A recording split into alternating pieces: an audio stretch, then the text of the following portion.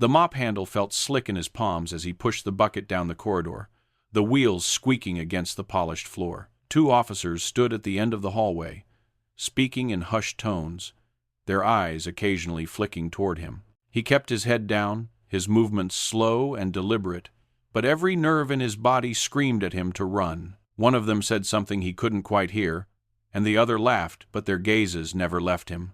The janitor's uniform felt thin, insufficient, like it might dissolve at any moment and expose him for what he really was. He reached the corner, turned it carefully, and only then allowed himself a shallow breath. They were watching. They suspected something. And if they decided to ask questions, if they decided to verify his story against their records, everything would unravel. You must be wondering why he's in this position. Well, it all started a few weeks ago. The winter of 1944 had settled over occupied France with a bitter cold that seeped through walls and froze the ground solid. The German forces had fortified their positions throughout the region, establishing command centers in requisition buildings, schools, hotels, administrative offices, anything that could house their officers and provide strategic oversight. One such facility, a former administrative complex on the outskirts of a small town near the Belgian border, had become the headquarters for a particularly effective German commander, Oberst Klaus Dietrich, along with his senior staff. Dietrich was not a household name, not someone whose face appeared in Allied intelligence briefings with the frequency of a Rommel or a Guderian. But within his sphere of operations, he was devastating. His tactical decisions had cost the Allied advance several critical delays. Supply lines had been disrupted under his watch. Ambushes had been set with uncanny precision. The man understood terrain, understood timing, and most importantly, understood how to keep his forces mobile and unpredictable. 3 separate Allied operations had failed in his sector over the past 6 months, each one bleeding men and resources that could not easily be replaced. The facility itself was a 3-story stone building, solid and imposing, with narrow windows and thick walls that had been built decades earlier when architecture favored durability over comfort. The Germans had reinforced it further, adding checkpoints at every entrance, installing better communication equipment, and billeting a full company of soldiers in the surrounding area.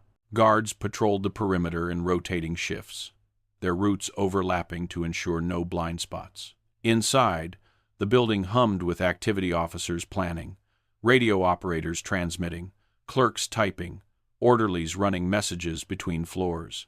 Allied intelligence had been tracking Dietrich for months, trying to pinpoint his location, his patterns, his vulnerabilities. When they finally confirmed he would be present at this facility for an extended planning session, along with 2 other high-ranking officers coordinating a spring offensive, the decision was made.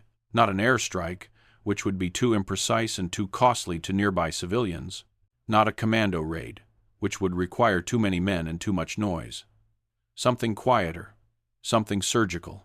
They needed someone who could get inside, stay inside long enough to identify and isolate the targets, and complete the mission without triggering a lockdown that would doom any chance of escape. The officer selected for this operation was a captain with the British Special Operations Executive, a man who had already completed 4 infiltration missions behind enemy lines, each one requiring him to maintain cover for days or weeks at a time. He spoke fluent German, understood military protocol, and most importantly, possessed the psychological discipline to remain calm under sustained observation. His name was irrelevant to the mission. In the field, he carried forged identity papers, identifying him as Friedrich Weber, a civilian maintenance worker conscripted into labor service.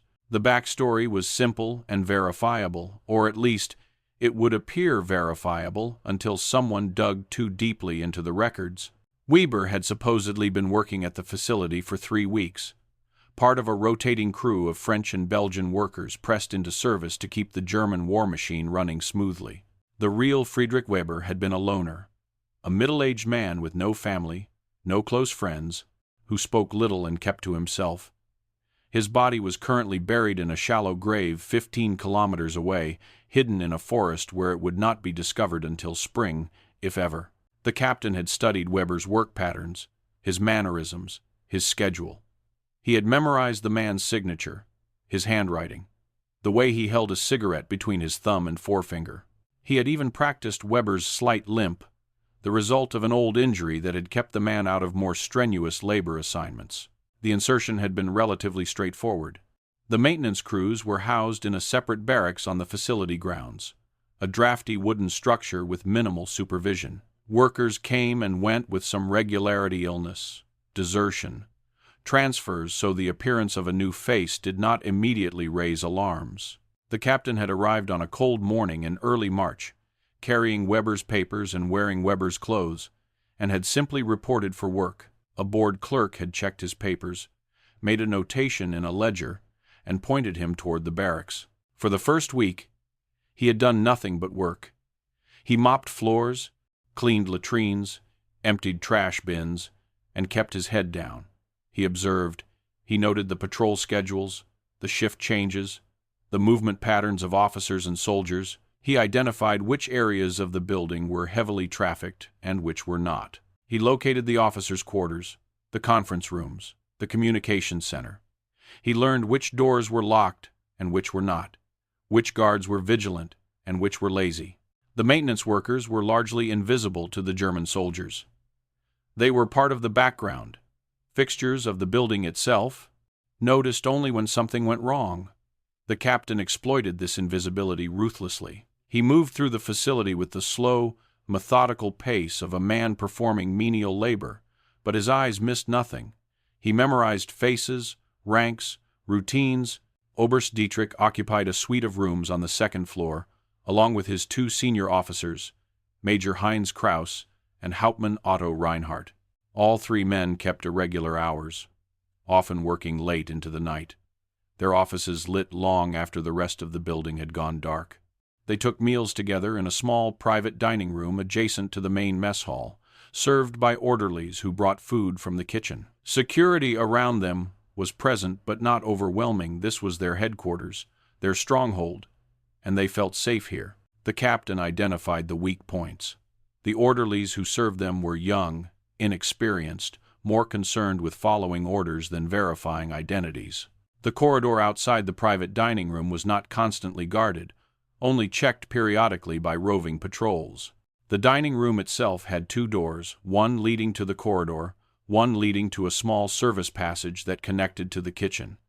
That service passage was the key. It was narrow, poorly lit, and used primarily by kitchen staff and maintenance workers. No one paid attention to who moved through it. By the end of the second week, the captain had formulated his plan. The assassination would take place during the late evening meal, when the three officers were together, isolated, and relatively relaxed. He would approach through the service passage, enter the dining room, execute all three targets in rapid succession, and exit the same way. The weapon would be a suppressed pistol, a well rod, British-made and specifically designed for silent elimination at close range. 2 shots per target, center mass, then 1 to the head if necessary. The entire action would take less than 30 seconds.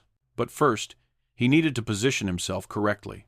He needed access to the kitchen area at the right time, a reason to be in that part of the building, and a disguise that would hold up under casual scrutiny.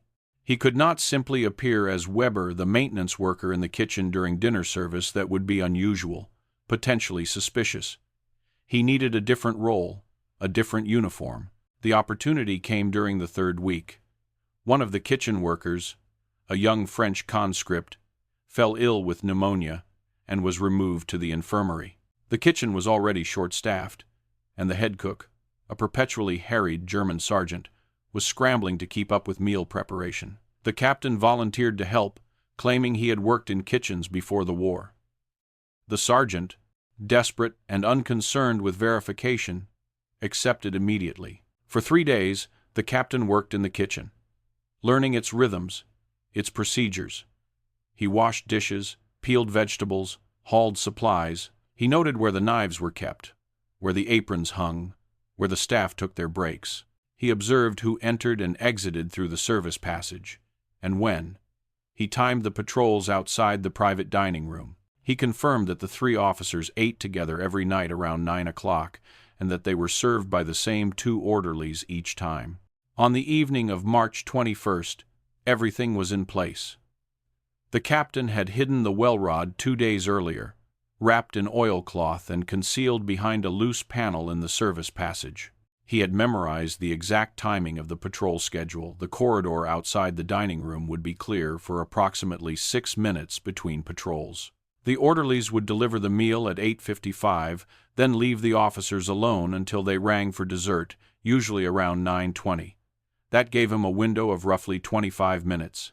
He worked through the evening meal service, moving mechanically, his mind focused entirely on what was coming.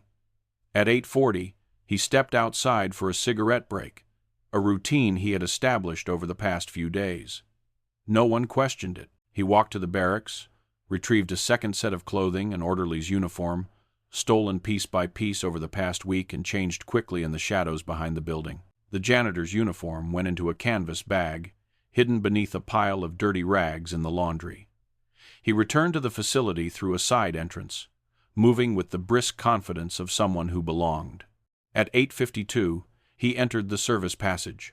The lighting was dim, a single bulb every 10 meters, creating pools of shadow between. He moved carefully, his footsteps silent on the concrete floor. The wrapped pistol was exactly where he had left it. He unwrapped it, checked the suppressor, chambered around. The weight of the weapon was familiar, reassuring.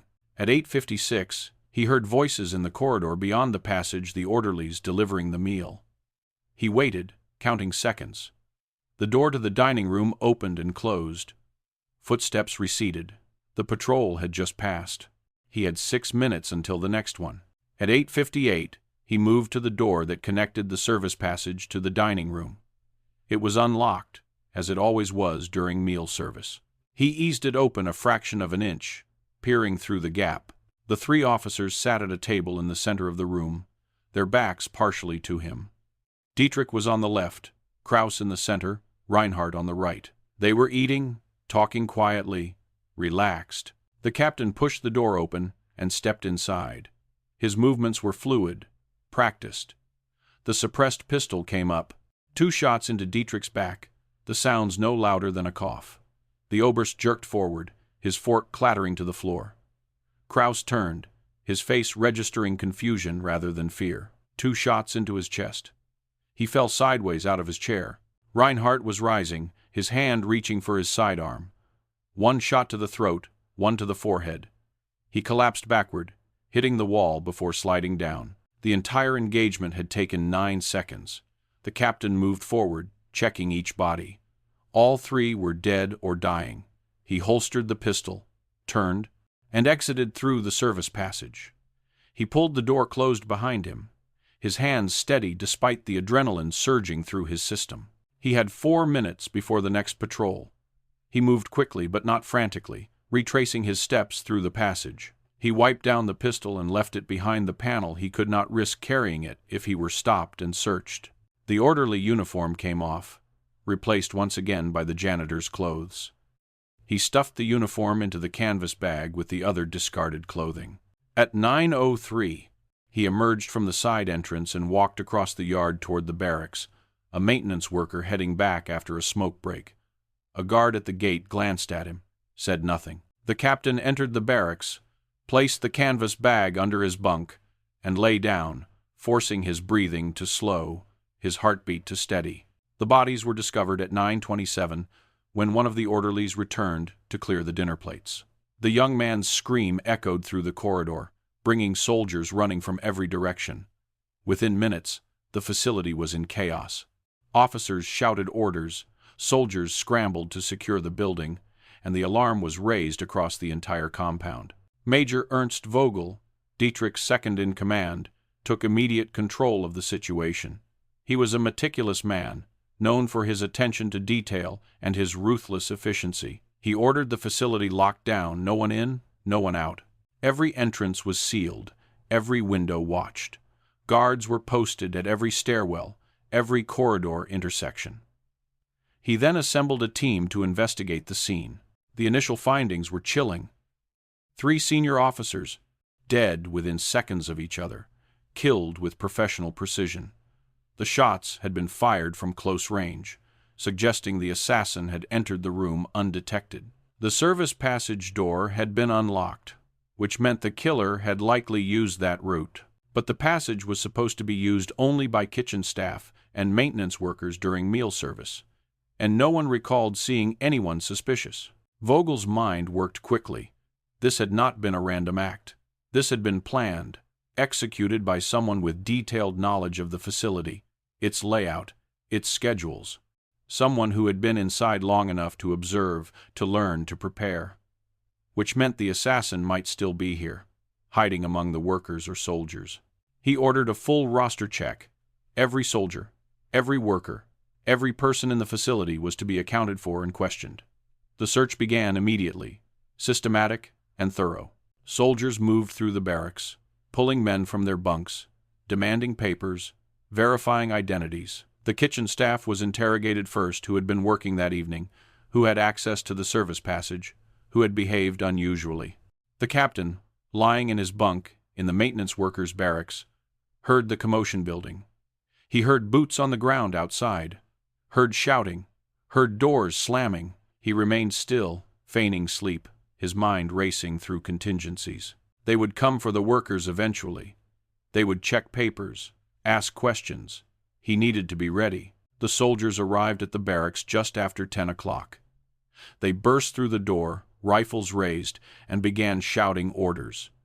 "Everyone up! Everyone out!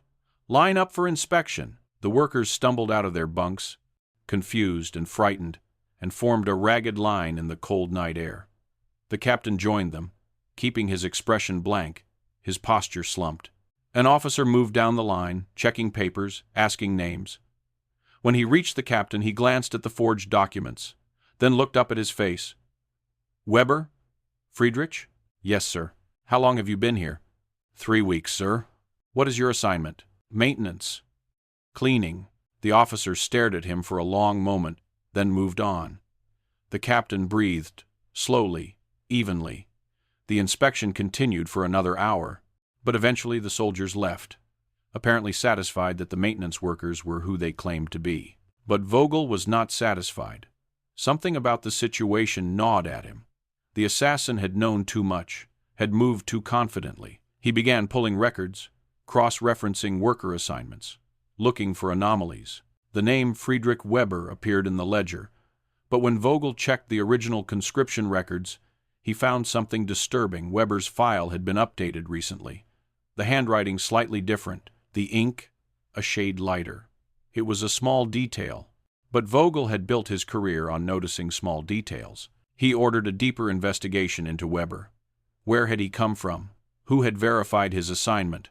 Were there any witnesses who could confirm his identity prior to his arrival at the facility? The answers came back slowly, over the next 2 days, and each one deepened Vogel's suspicion. No one could definitively confirm Weber's identity. The man kept to himself, spoke little, had no friends among the other workers. On the morning of March 23rd, Vogel decided to bring Weber in for questioning. He sent 2 soldiers to the barracks with orders to detain the man and bring him to an interrogation room on the 2nd floor. But when the soldiers arrived, Weber's bunk was empty. The other workers reported he had left early that morning, claiming he had been assigned to clean the latrines in the administrative wing. Vogel felt a cold knot form in his stomach. He immediately dispatched soldiers to search the administrative wing, but Weber was not there.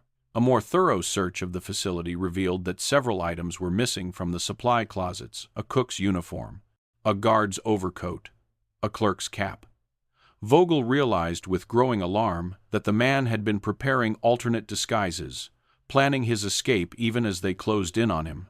The captain had known the investigation would eventually focus on him. He had seen it in the way Vogel looked at the workers during the second inspection, the way the major had lingered over certain papers, asking follow-up questions. He had perhaps 2 days, maybe less, before they identified him as the most likely suspect. He needed to leave immediately.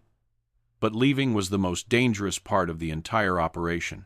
The facility was locked down, every exit guarded, every vehicle inspected. He could not simply walk out the front gate. He needed a plan, multiple layers of deception, and flawless timing. The first step was to disappear from his assigned role. On the morning of March 23rd, he rose early, before the other workers, and made his way to the laundry room. He changed into the stolen cook's uniform, complete with apron and hairnet, and concealed the janitor's clothes in a laundry bin. He then walked calmly to the kitchen, arriving just as the morning staff was beginning breakfast preparation. The head cook glanced at him, frowned slightly. "Weber, what are you doing here?" "Reassigned," the captain said smoothly. "They need extra help in the kitchen. Permanent assignment." The cook shrugged, too busy to question it further. "Fine. Start on the potatoes." The captain worked through the morning, keeping his head down, his hands busy. He knew soldiers would be looking for Friedrich Weber, the maintenance worker, but for now he was just another face in the kitchen. It bought him time, but not much.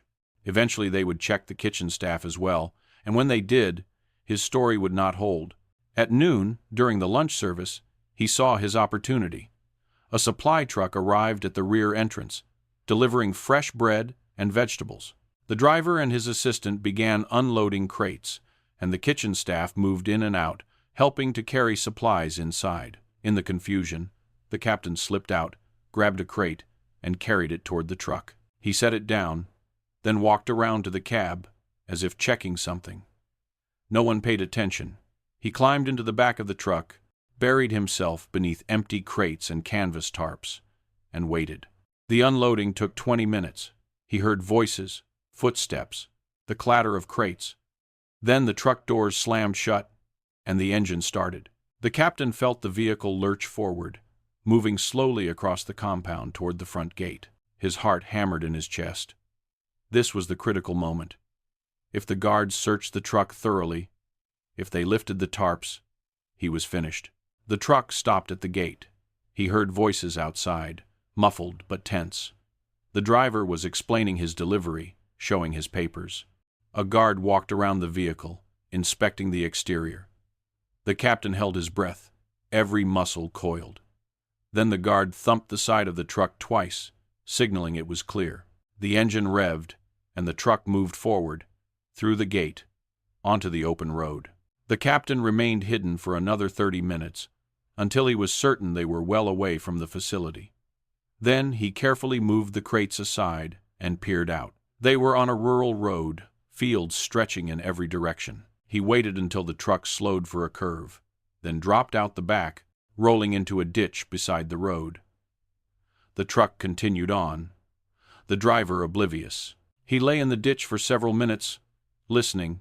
No sounds of pursuit, no shouts, no vehicles. He stood, brushed himself off, and began walking cross-country, heading west toward the Allied lines. He had civilian clothes hidden in a small pack beneath the cook's uniform, along with forged travel papers and a compass. The journey would take 3 days on foot, moving mostly at night, avoiding roads and towns. Behind him, at the facility, Major Vogel was just learning that Weber had vanished.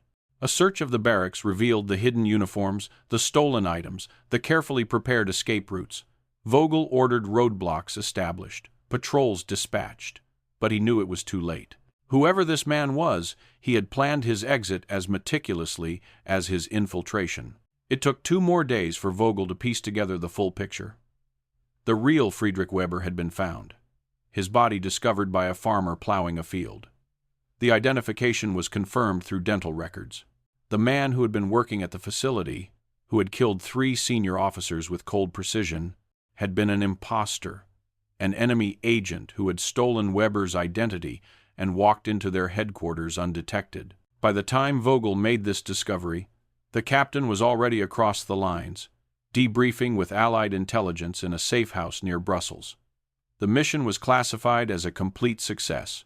Oberst Dietrich and his senior staff were dead, their planned spring offensive in disarray. The Germans would recover, of course, but it would take time, and time was something the Allies desperately needed as they prepared for their own major operations. In the weeks that followed, the German command conducted an extensive review of security protocols at all headquarters facilities. New identification procedures were implemented, background checks intensified, and access to sensitive areas restricted. But the damage was done. The psychological impact of the assassination rippled through the officer corps. If Dietrich could be killed in his own headquarters, no one was truly safe. For the captain, the mission became one of many. He was debriefed, rested, and within a month was preparing for another assignment behind enemy lines.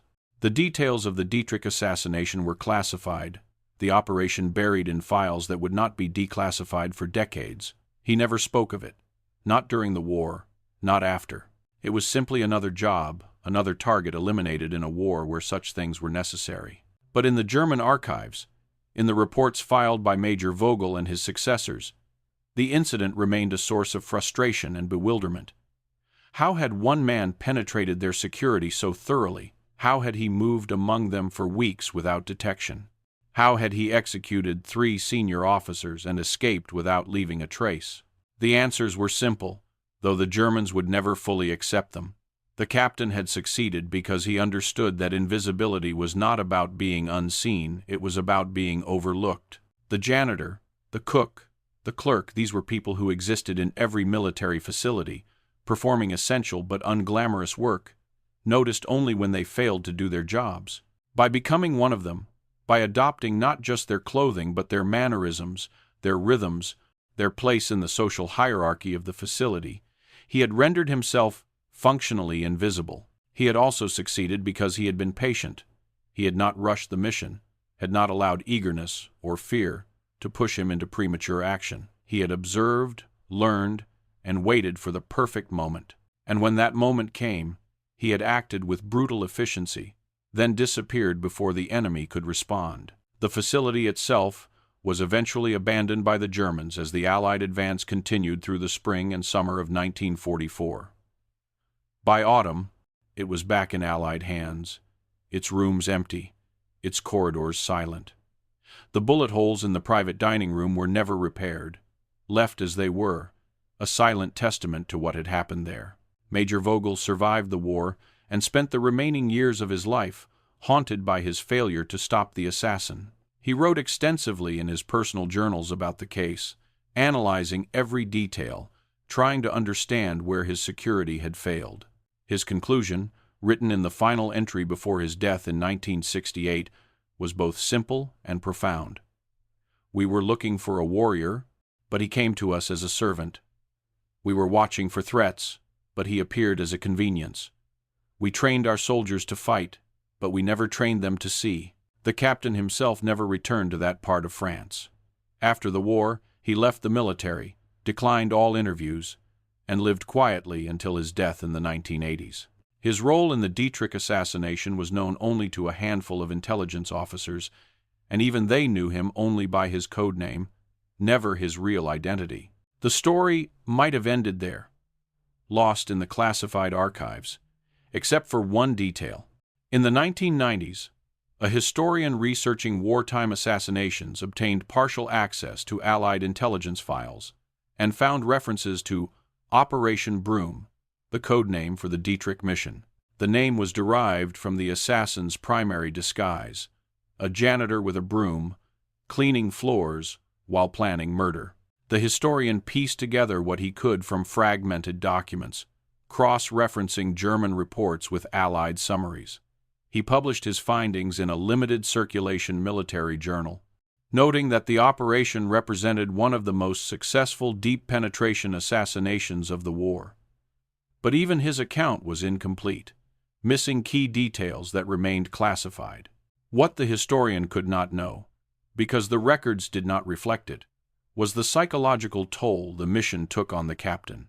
Years later, in conversations with a single trusted friend, he admitted that the 3 weeks inside the German facility had been the most terrifying of his life. Not because of the physical danger, though that was constant, but because of the psychological strain of maintaining his cover every minute of every day. One moment of inattention, one slip in his accent, one failure to respond appropriately to a question, and everything would have collapsed. He described the paranoia that had crept in during the second week, the growing certainty that someone was watching him, that his cover had been blown and he was simply waiting for the trap to close.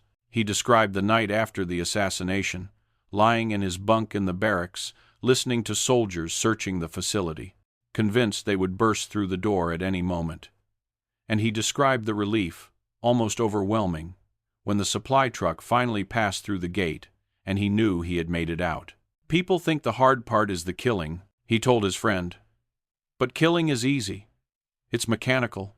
You aim, you fire, you move. The hard part is everything else. The waiting. The constant, exhausting effort of being someone you're not."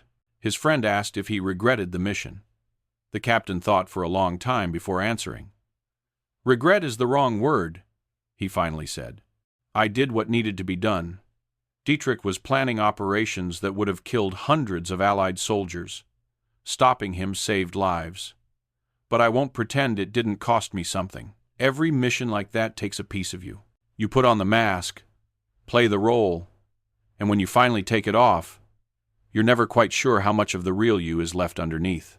In the end, the story of the officer who disguised as a janitor to kill an enemy commander is less about the act of assassination itself and more about the artistry of deception. It is a reminder that in war, as in all human conflict, the greatest weapon is often not the gun or the bomb, but the ability to make yourself invisible, to move among your enemies undetected, to strike when and where they least expect it. The captain succeeded because he understood his enemy's blind spots and exploited them ruthlessly. He succeeded because he had the discipline to maintain his cover under extreme pressure. And he succeeded because he planned every detail, every contingency, every step of the escape before he ever pulled the trigger. The German soldiers who searched for him, who interrogated workers and checked papers and tore apart the facility looking for clues, never realized that they had probably walked past him a dozen times, had probably seen him mopping a floor or carrying a crate, and had thought nothing of it. He was, in the truest sense, hiding in plain sight. For Major Vogel and his successors, the lesson was painful but clear. Security is not just about walls and guards and checkpoints. It is about vigilance at every level, about questioning assumptions, about recognizing that the enemy may not look like an enemy at all. But learning that lesson came too late to save Dietrich and his staff, and by the time the Germans had implemented their new security protocols, the war had already turned against them. The facility where the assassination took place stands today as a municipal building, its wartime history largely forgotten by the local population. The private dining room has been converted into office space, the service passage blocked off during renovations decades ago. There is no plaque, no memorial, nothing to indicate what happened there on that March evening in 1944. But for those who know the story, who understand what took place in those rooms, the building remains a monument to one of the most audacious and perfectly executed operations of the Second World War.